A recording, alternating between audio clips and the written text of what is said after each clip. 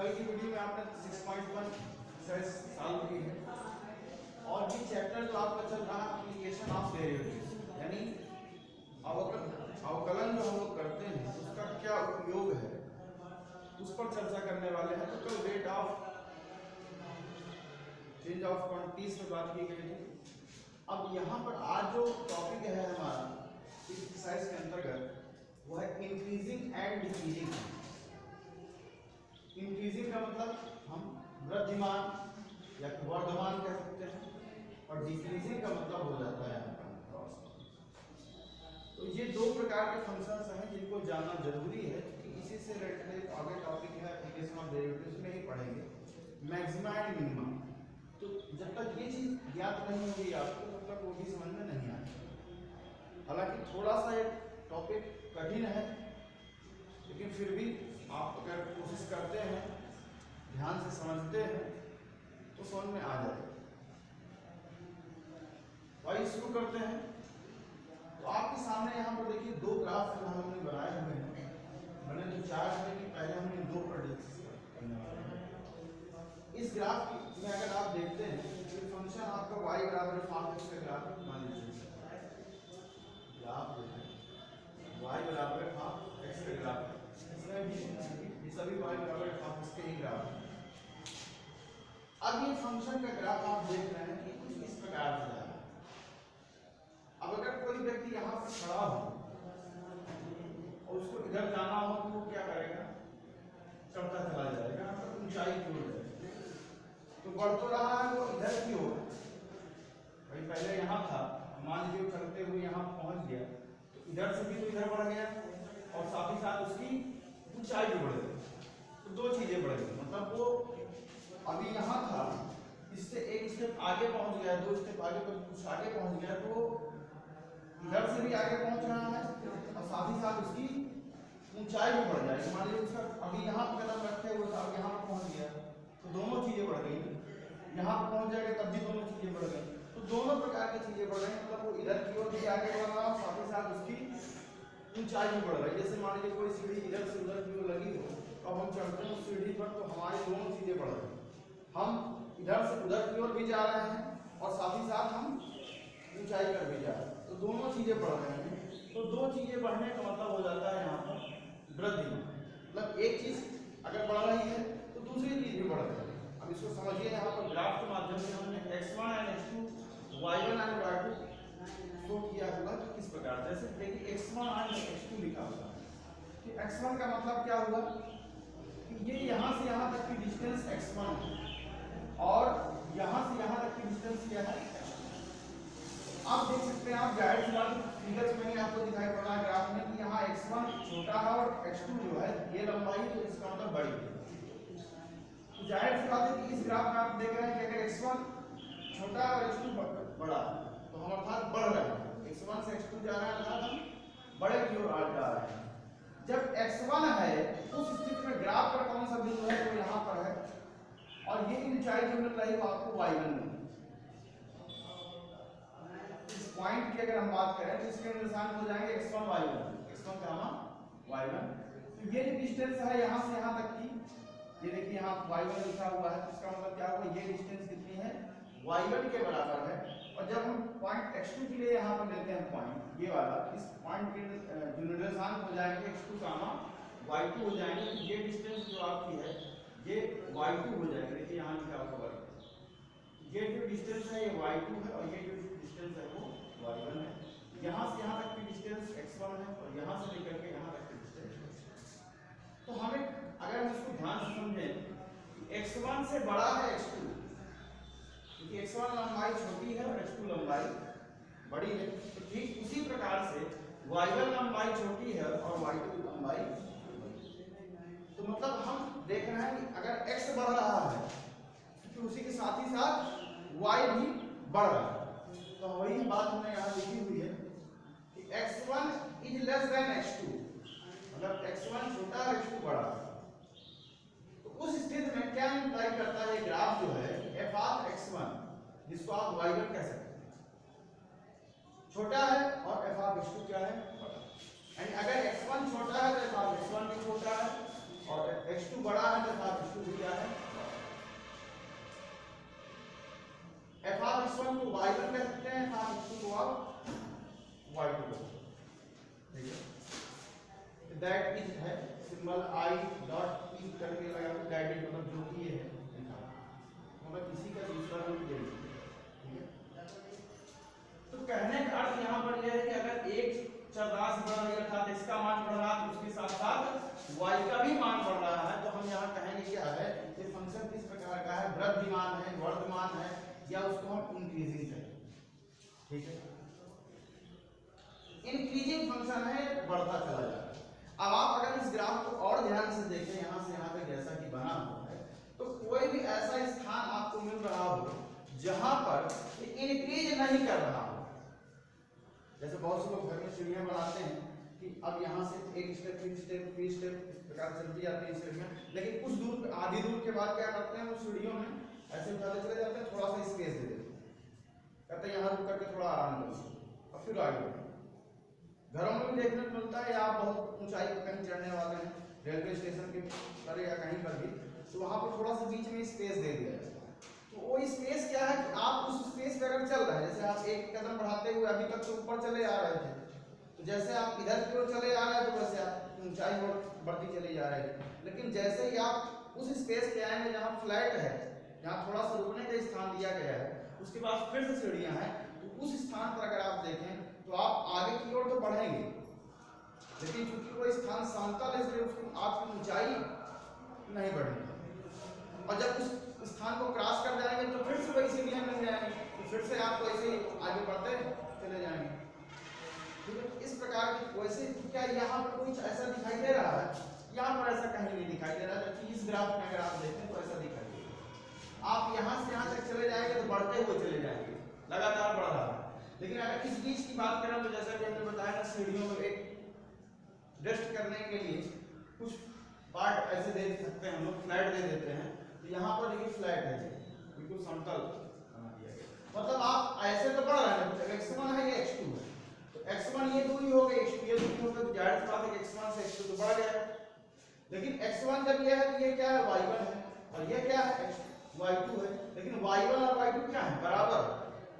तो मतलब आप इधर की ओर तो जा रहे हैं, लेकिन उसके सापेक्ष आपकी ऊंचाई नहीं बढ़ रही, इसलिए ये भी फंक्शन इंक्रीजिंग है और ये भी फंक्शन इंक्रीजिंग है, लेकिन दोनों में थोड़ा सा तो फर्क हो गया। वृद्धिमान ये भी है, वृद्धिमान ये भी है, थोड़ा सा फर्क ये है कि ये लगातार बढ़ रहा है, निरंतर रूप से वृद्धिमान, लेकिन यहाँ पर बीच में कुछ अवरोध आ गया, कुछ स्थान ऐसा था जहाँ पर फंक्शन इंक्रीज नहीं कर पा रहा था, नहीं बढ़ पा रहा था, तो इसीलिए इसको तो हम केवल इंक्रीजिंग फंक्शन कहते हैं।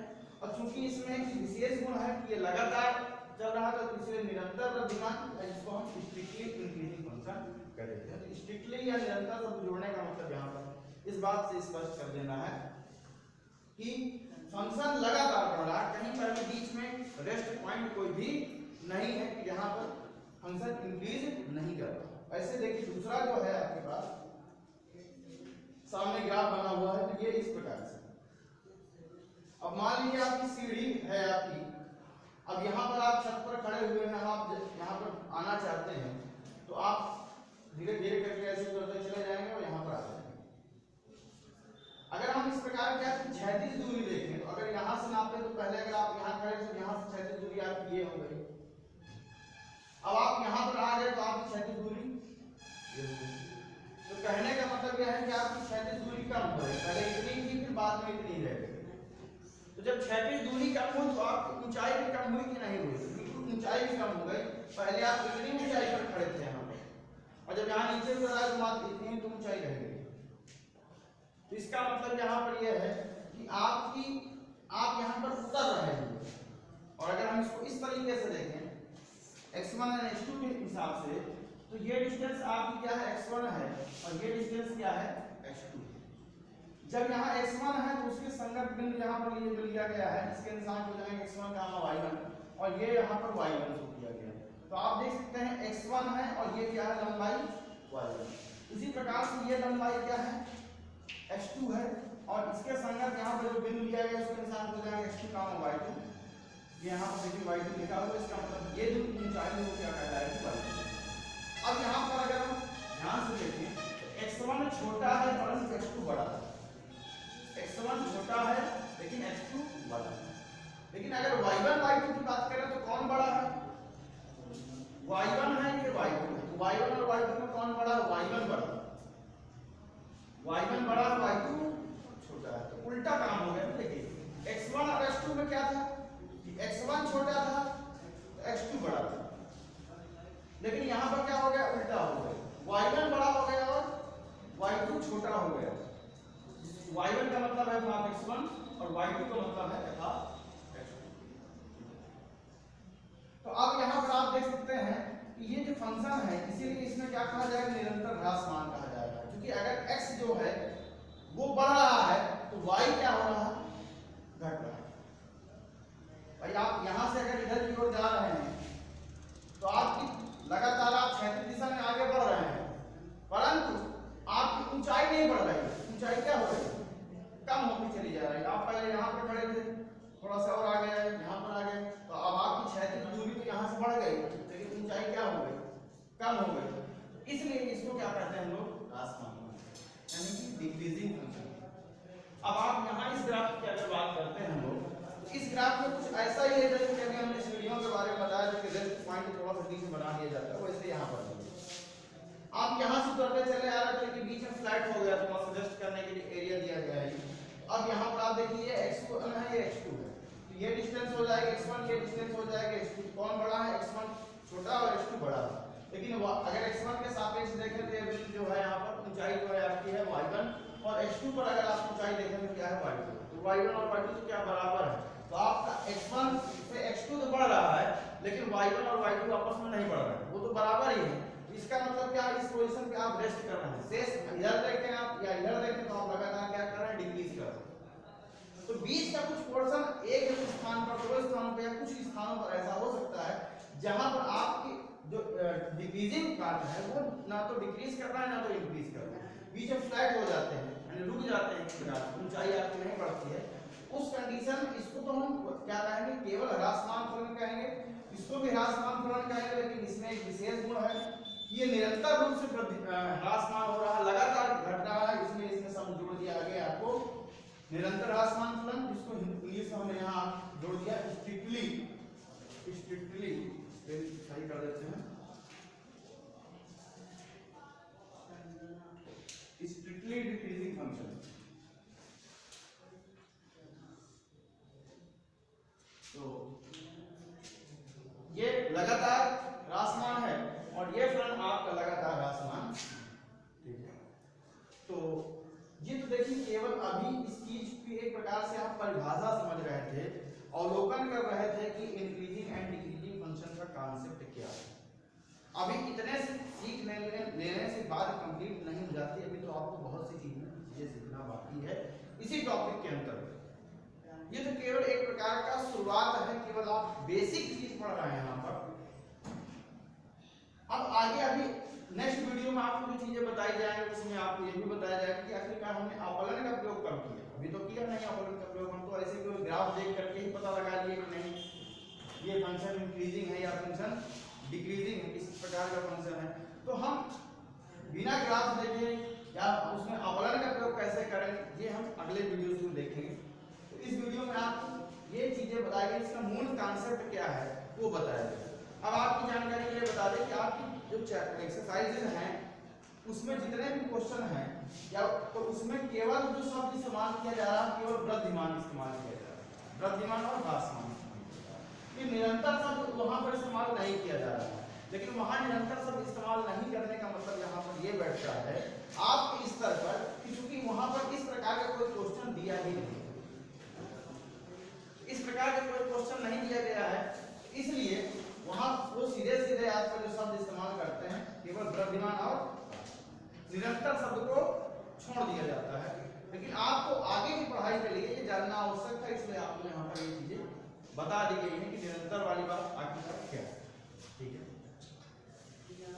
हो सकता है कि जैसे यहाँ पर हमने फ्लैट पोजीशन इस प्रकार से कर दी है, तो आपकी जो एक्सरसाइज होगी उसमें कुछ क्वेश्चन ऐसे आएंगे जहां पर केवल एक बिंदु पर थोड़ा सा ठहराव होगा, मतलब इतनी ज्यादा ठहराव नहीं होगा, बस मात्र एक पॉइंट पर आपका थोड़ा सा ठहराव हो जाएगा, उसके बाद फिर से आप या तो इंक्रीज करने लगेंगे या तो डिक्रीज करने लगेंगे। यानी कि जितना पूरा ग्राफ बनेगा आपका जहां से जहां तक कि आपको परीक्षण करना होगा, उसमें कुछ फाइनाइट नंबर ऑफ पॉइंट्स, कुछ ऐसे बिंदु होंगे जिनकी संख्या आप गिन सकते हैं, वहां पर आप इंक्रीज या फिर डिक्रीज नहीं करेंगे, बाकी शेष स्थानों पर इंक्रीज डिक्रीज करेंगे। उसको हम ओवरऑल केवल क्या कह देंगे, वृद्धिमान और ह्रासमान, जैसा कि इसमें गुण दिखाई। तो ऐसा हो सकता है कि कुछ पॉइंट्स बीच बीच में ऐसे मिल जाए आपको ग्राफ में कि जहां पर आप इंक्रीज डिक्रीज नहीं कर पा रहे हैं। खैर इनकी चर्चा तो कभी की जाएगी जब आपके सामने क्वेश्चन होगा। अब देख सकते हैं कि यहाँ पर आपने देखा कि इस ग्राफ को हमने यहाँ से केवल यहाँ तक बनाया। क्या ये ग्राफ इसके बाद नहीं बना था, इधर नहीं बना था, क्या इसके आगे नहीं बन सकता था? बन तो सकता था। इस प्रकार ये भी ग्राफ, ये भी ग्राफ, ये भी ग्राफ। तो यानी ग्राफ का हम केवल आपको कुछ हिस्सा दिखा रहे हैं। तो ये कुछ हिस्सा हम अगर आपको दिखा रहे हैं तो इस स्थिति में एक ग्राफ की जो पोजीशन है आप समझ गए कि जैसे यहाँ पर दीवान है, यहाँ पर ह्रासमान है।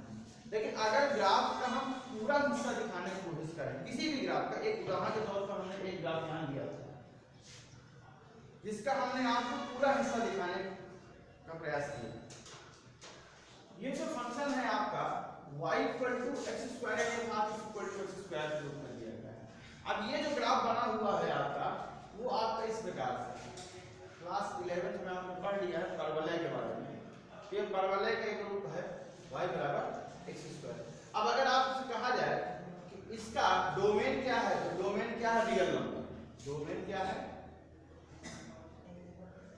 सेट ऑफ रियल नंबर्स, यानी -∞ से, देखिए नेगेटिव x पॉजिटिव x, तो -∞ से लेकर के +∞ तक यानी रियल नंबर आपका है। तो अगर इस ग्राफ को आप इधर से देखें तो ये तो आपका आगे इधर कहीं ना कहीं ऊंचाई तक ही बढ़ता चला जाएगा y = x² ग्राफ। लेकिन आप ध्यान से देखिए वहां चलते चलते चलते चलते चलते एक पोजीशन यहाँ आ जाती है मूल बिंदु पर कि यहाँ तक ये ग्राफ लगातार घटता हुआ चला जा रहा है। मतलब इसमें कौन सा कोण है, देखिए ये वाला, मतलब डिक्रीज कर रहा है, डिक्रीजिंग फंक्शन है।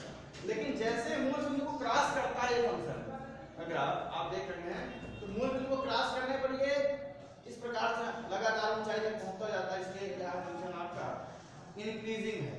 तो इस प्रकार से आप देख सकते हैं कि बहुत से ग्राफ ऐसे भी हैं कि जब हम उसके पूरे डोमेन में देखते हैं तो अलग अलग चीजें निकल कर आती हैं। जैसे हम इसके पूरे डोमेन R पर अगर आपसे बात करें तो R पर फंक्शन कैसा है, तो आप कहेंगे देखो आधी दूर में कुछ दूरी तक या आधी दूर तक डिक्रीजिंग है, उसके बाद इंक्रीजिंग है। तो ओवरऑल क्या है, अगर हमसे ओवरऑल पूछा जाए कि फंक्शन ओवरऑल क्या है, तो हम बता देंगे ना तो इंक्रीजिंग ना तो डिक्रीजिंग, क्योंकि इसमें दोनों गुण विद्यमान है। तो अगर किसी क्वेश्चन में दोनों गुण विद्यमान हो जाते हैं तो वहां पर आप फिर कुछ नहीं बताएंगे, बता देंगे ना तो इंक्रीजिंग है, ना तो वृद्धिमान फलन है, ना तो ह्रासमान। ठीक है, अब यहाँ पर देखिए कॉन्सेप्ट और आ जाता है मोनोटोनिकली इंक्रीजिंग या फिर डिक्रीजिंग फंक्शन। मोनोटोनिकली का मतलब केवल उसमें एक ही गुण होना चाहिए, या तो वृद्धिमान करे हो या तो फिर ह्रासमान।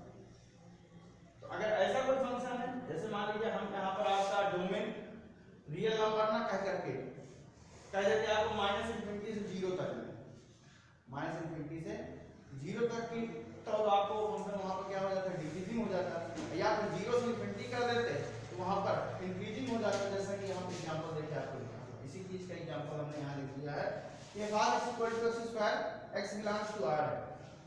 इसका जो डोमेन अगर आप देखें तो रियल नंबर, लेकिन अगर हम डोमेन का थोड़ा सा बंटवारा कर दें, -∞ से 0 तक की बात करें, -∞ से 0 मतलब यहाँ तक की बात कर रहे हैं, इधर की स्थिति में क्या है, ये डिक्रीजिंग है, तब f(x) क्या है, ह्रासमान है।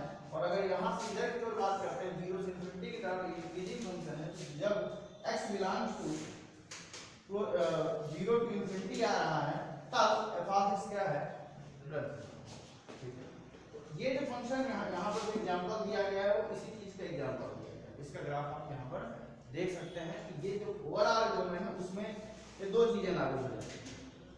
ठीक है, कुछ दूरी तक ये ह्रासमान है और कुछ दूरी तक ये वृद्धिमान। कहने का मतलब यह है कि जब भी किसी फंक्शन का आपसे कहा जाए कि आप इसको बारे में बताइए कि ये वृद्धिमान की ह्रासमान है, जो भी परीक्षण करना होगा तो आपको वहां पर डोमेन के बारे में जरूर बता दिया जाएगा, क्योंकि बिना डोमेन के हम लोग ये निर्धारित नहीं कर पाएंगे कि फंक्शन किस प्रकार का। अगर उन्होंने डोमेन नहीं दिया हुआ तो हम फिर डोमेन ज्ञात कर लेंगे, लेकिन अगर डोमेन बता दिया गया तो केवल हमें उसी डोमेन पर विचार करना है जो डोमेन दिया गया है, हमें फिर अन्य किसी बात पर विचार नहीं करना है। वो उतना आपसे केवल उतने में पूछना कि इतने में क्या स्थिति है, बाकी इसके पहले क्या है, इसके बाद में क्या है, वो स्थिति आपको नहीं बतानी है। ठीक है, अब एक प्रकार का फंक्शन और देखने को मिलता है कांस्टेंट फंक्शन। अब इसमें भी वही बात है, ना तो इंक्रीज कर रहा ना तो डिक्रीज कर रहा है, जैसे हमने बताया y बराबर हाफ इक्वल टू c। अब आप देख सकते हैं ये जो लाइन खींची गई है, इस ग्राफ इसका है y बराबर c का ग्राफ, यानी स्ट्रेट लाइन है और ये जो स्ट्रेट लाइन आप खींची जा रही है x अक्ष के क्या है, समांतर। x अक्ष की जो समांतर लाइन है, यहाँ पर आप x1 ले लें, यहाँ x2 ले लें, तो x1 x2 तो बढ़ते चले जाएंगे, लेकिन y1 y2 y3 क्या होंगे, वो बढ़ेंगे नहीं, वो सब क्या रहेंगे, बराबर रहेंगे। तो आप इसमें बढ़ तो रहे हैं, x में तो बढ़ रहे हैं लेकिन y में नहीं बढ़ पा रहे हैं, इसलिए ये फंक्शन क्या है, आपका कांस्टेंट फंक्शन है। तो ये भी इस प्रकार के फंक्शन भी देखने को मिलते हैं जो कांस्टेंट हो रहा है, इसमें कोई भी ना तो इंक्रीज हो पा रहा है ना तो डिक्रीज हो रहा है। ठीक है, तो अब आपके सामने देखिए जो कॉन्सेप्ट, ये तो खैर ओवरऑल आपको इतना सारी चीजें बताई गई। अब आपको जो याद रखना है अपने दिमाग में, वो बहुत छोटी सी बात याद रखनी है, बहुत छोटी सी बात याद रखनी है, वो केवल इतनी सी बात है, ये दो बातें केवल आपको याद रखनी है। आप बाकी चीजें अगर भूल भी जाते हैं तो उतना मायने नहीं रखता क्वेश्चन को हल करने के लिए, हालांकि भूलना नहीं चाहिए, कॉन्सेप्ट तो याद ही होना चाहिए, लेकिन फिर भी अगर आपको विशेष कहें कि विशेष रूप से जो आपको याद होना चाहिए तो मात्र ये दो बातें याद होना। अब इसमें क्या करना है, याद करके आपको देखो यहाँ पर आपको लेस देन है, यहाँ पर भी लेस देन है, यहाँ भी लेस देन। अगर यहाँ ग्रेटर देन होता तो यहाँ भी ग्रेटर देन हो जाता, यहाँ पर भी greater than, less than greater than लेकिन सब लोग समझते हैं। ठीक है, आज इक्वल भी अगर कभी आ जाए, यहाँ तो लेस देन लेके चल रहा है, लेकिन यहाँ अगर नीचे आज इक्वल भी आ जाता तो भी कोई दिक्कत नहीं, क्यों निरंतर तो नहीं लगता। ठीक है, तो आप याद रखना है कि अगर एक समान चिन्ह दोनों जगह पर, केवल हम यही दोनों जगह बात करना, ये तो इसी का रूपांतरण है कि अगर एक समान चिन्ह मतलब लेस देन है तो लेस देन यहाँ पर भी, ग्रेटर देन है तो यहाँ पर भी ग्रेटर देन है। तो अगर एक समान चिन्ह है तो वो फंक्शन क्या कहलाएगा, वृद्धिमान कहलाएगा। और अगर चिन्ह बदल जाए, एक जगह लेस देन है तो दूसरी जगह ग्रेटर देन हो जाए, जैसे यहाँ देखिए लेस देन है तो यहाँ क्या होगा, ग्रेटर देन हो गया। तो अगर चिन्ह बदल जाए, एक जगह लेस देन है तो एक जगह ग्रेटर देन है, एक जगह ग्रेटर देन है दूसरी जगह लेस देन है, उस स्थिति में आपको क्या याद रखना है, बस ये दो कॉन्सेप्ट आपको थोड़ा दिमाग में रख लेने बस। ठीक है, बाकी तो चीजें आपको समझाने के लिए बताई गई, इनको भी याद रखना ही चाहिए, परंतु अगर नहीं भी याद कर पा रहे हैं, इतना नहीं दिमाग में रखता है, तो केवल ये दो बातें आपको बहुत महत्वपूर्ण है, इनको आपको याद रखना है। ठीक है, यहाँ पर आपको जानकारी बता दें कि दोनों फंक्शन ये जो भी बाहर दिए गए हैं, ये दोनों फंक्शन के अगर हम ग्राफ करें तो ये सतत है, यानी कंटीन्यूअस फंक्शन है। और डिफरेंशिएबल भी है इधर। अब यहाँ पर हम क्वेश्चंस की बात करते हैं एक्सरसाइज 6.2 में, इसमें हमने केवल दो ही क्वेश्चन का डिस्कशन किया हुआ है, क्योंकि दो क्वेश्चन के बाद जो आगे क्वेश्चन जितने आएंगे उनमें हम इस कॉन्सेप्ट को अप्लाई नहीं करेंगे। ऐसा नहीं कॉन्सेप्ट अप्लाई हो नहीं सकता है, हो सकता है, बट हम इस कॉन्सेप्ट को अप्लाई नहीं करेंगे क्योंकि इस कॉन्सेप्ट को अप्लाई करने में थोड़ी दिक्कत आती है। तो इससे संबंधित आपके सामने दो क्वेश्चन है, दो के बाद जितने भी क्वेश्चन होंगे उसमें हम फिर अवकलन का प्रयोग करेंगे, वो आपको नेक्स्ट वीडियो में बताया जाएगा। तो ये क्वेश्चन समझ लीजिए आप, जिसमें इन्हीं दो बातों के आधार पर हमने पता लगा लिया कि फंक्शन वृद्धिमान है या फिर ह्रास।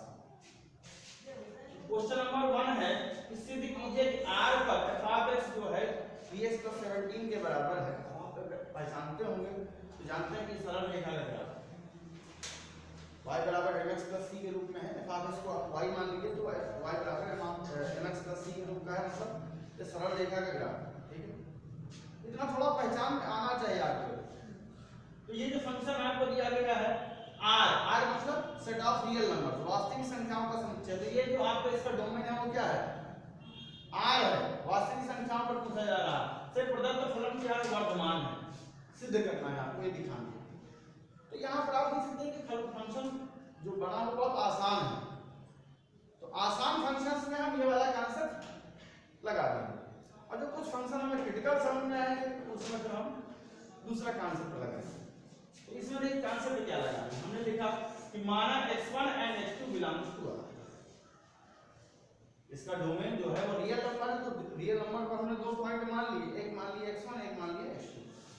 आगे हमने स्पष्ट करके लिख भी दिया है कि डोमेन है, ठीक है। और एक साथ इसमें एक बात और भी निर्धारित कर ली, x1 छोटा x2 बड़ा।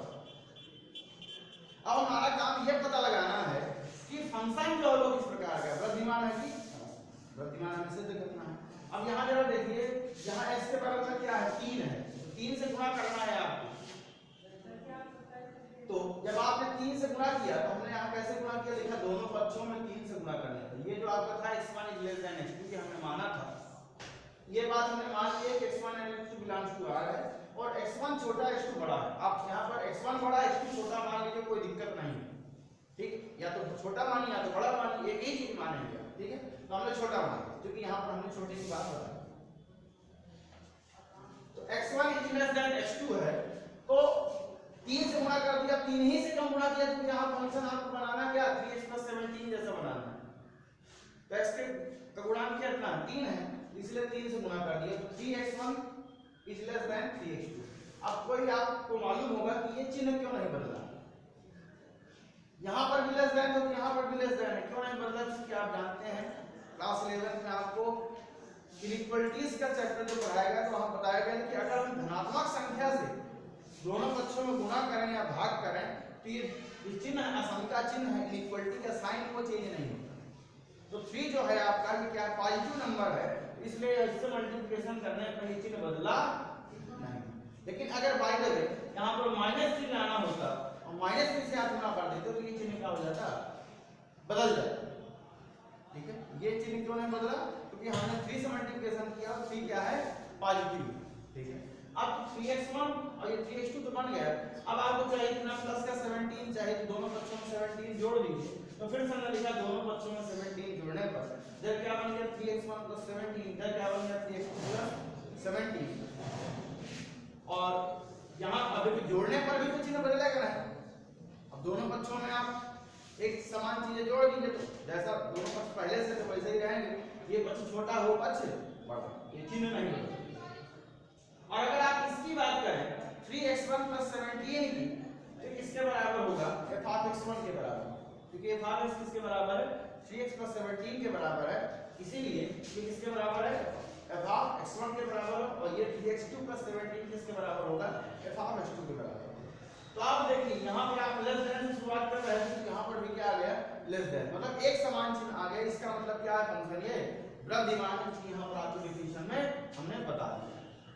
इसलिए हमने लिखा कि चूंकि x1 is less than x2 implies that f(x1) is less than f(x2), तो इसलिए सिद्ध होता है कि R पर f(x) जो है क्या है, वर्धमान। कितना आसान, ठीक है। आइए देखते हैं नेक्स्ट क्वेश्चन। सिद्ध कीजिए कि R पर f(x) e⁻²s है से प्रदत्त फलन वर्धमान है। ये फलन आपका वर्धमान है। यहाँ पर भी वैसे सेम इसी कॉन्सेप्ट को हमने लगाया है कि x1 and x2 belongs to R, domain में हमने दो पॉइंट मान लिए x1 एंड x2, और इस प्रकार से माने कि x1 छोटा है x2 बड़ा, ठीक है। अब अगर हम देखें तो e⁻²x1 और e⁻²x2 में कौन बड़ा होगा कौन छोटा होगा, x1 छोटा है x2 बड़ा है, ये तो क्लियर है, आपने मान लिया है। लेकिन e⁻²x1 में और e⁻²x2 में कौन छोटा होगा कौन बड़ा होगा, तो बड़ा ये होगा छोटा ये होगा, क्योंकि अगर a की पावर आप कुछ करते हैं, जैसे मान लीजिए a की पावर x है और a जो है वो 1 से बड़ा है, a क्या है 1 से बड़ा है, तो अगर उसकी घात बढ़ाएंगे तो उसका मान बढ़ जाएगा। जैसे सिंपल सा उदाहरण है आपको कि 2 है आधार, 2 की घात 3 का मान और 2 की घात 4 का मान कौन बड़ा हो गया, 2 की घात 4। हमने घात बढ़ा दी 3 से 4 कर दी तो मान भी क्या हो गया, बढ़ गया। लेकिन अगर हम आपसे कहें 0.1 की घात 2 और 0.1 की घात 3, तो घात तो हमने बढ़ा दी लेकिन मान क्या हो जाएगा, उल्टा हो कम हो जाएगा।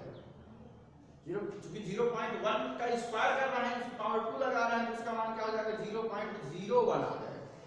लेकिन अगर 0.1 की पावर 3 कर रहे हैं तो उसमें क्या आ जाएगा 0.001 आ जाएगा, तो छोटा हो जाएगा।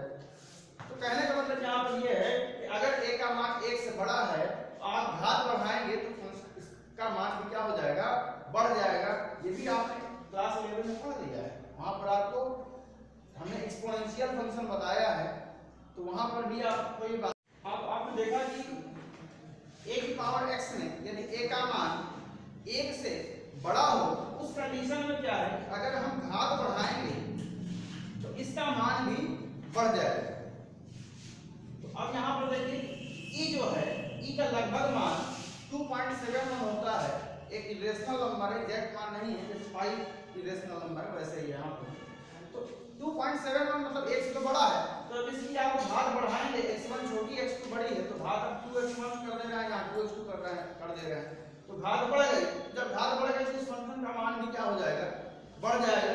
इसलिए e की power 2x1 is less than e की पावर 2, और ये किसके बराबर है, f(x1) के बराबर है, और ये किसके बराबर है, f(x2) के बराबर है। इसमें कॉन्सेप्ट हमारा क्या निकल कर आया, निष्कर्ष क्या निकल कर आया है कि जब हमने x1 छोटा लिया और x2 बड़ा लिया, तो उस कंडीशन में f(x1) छोटा था और f(x2) क्या था, बड़ा था। तो इससे सिद्ध हो जाता है कि r पर f(x) क्या है, वर्धमान फंक्शन यानी प्रतिलोम। ठीक है, इस प्रकार से आपको ये दो क्वेश्चन बताए गए, और शेष क्वेश्चन जो आपकी टाइप हैं वो उसमें हम अवकलन का प्रयोग करेंगे। ठीक है, अब अगर इस क्वेश्चन में हम थोड़ा सा बदलाव कर दें कि यहाँ पर करते हैं आपका माइनस का 3x + 17 कर दें, तो ये वहाँ वर्धमान की क्या आ जाएगा, ठीक है। तो इस प्रकार के एग्जांपल में भी कुछ क्वेश्चन उनको आप देखिए, और ये जो कॉन्सेप्ट यहाँ पर बताए गए हैं कि आपकी बुक में बहुत विस्तार से दिया गया है ये सारा कॉन्सेप्ट। ठीक है, हिंदी में है, आप आराम से उसको रीड करिए, समझिए, क्योंकि कॉन्सेप्ट समझना बहुत जरूरी है। कॉन्सेप्ट आपको नहीं समझ में आएगा तो आपका जो ज्ञान रहेगा वो सॉलिड नहीं रहेगा, वो उथला पुथला ज्ञान रहेगा। ठीक है, इसलिए आपको ये जरूरी है कि इसका पूरा कॉन्सेप्ट आपको समझ में आ जाए। धैर्य से समझेंगे तभी समझ में आएगा, वरना ज़्यादातर लोगों को कॉन्सेप्ट समझ में ही नहीं आएगा। तो आशा करते हैं कि अगर आप उसको ध्यान से समझेंगे तो आपको ये सारी चीज़ें समझ में आ जाएगी। धन्यवाद।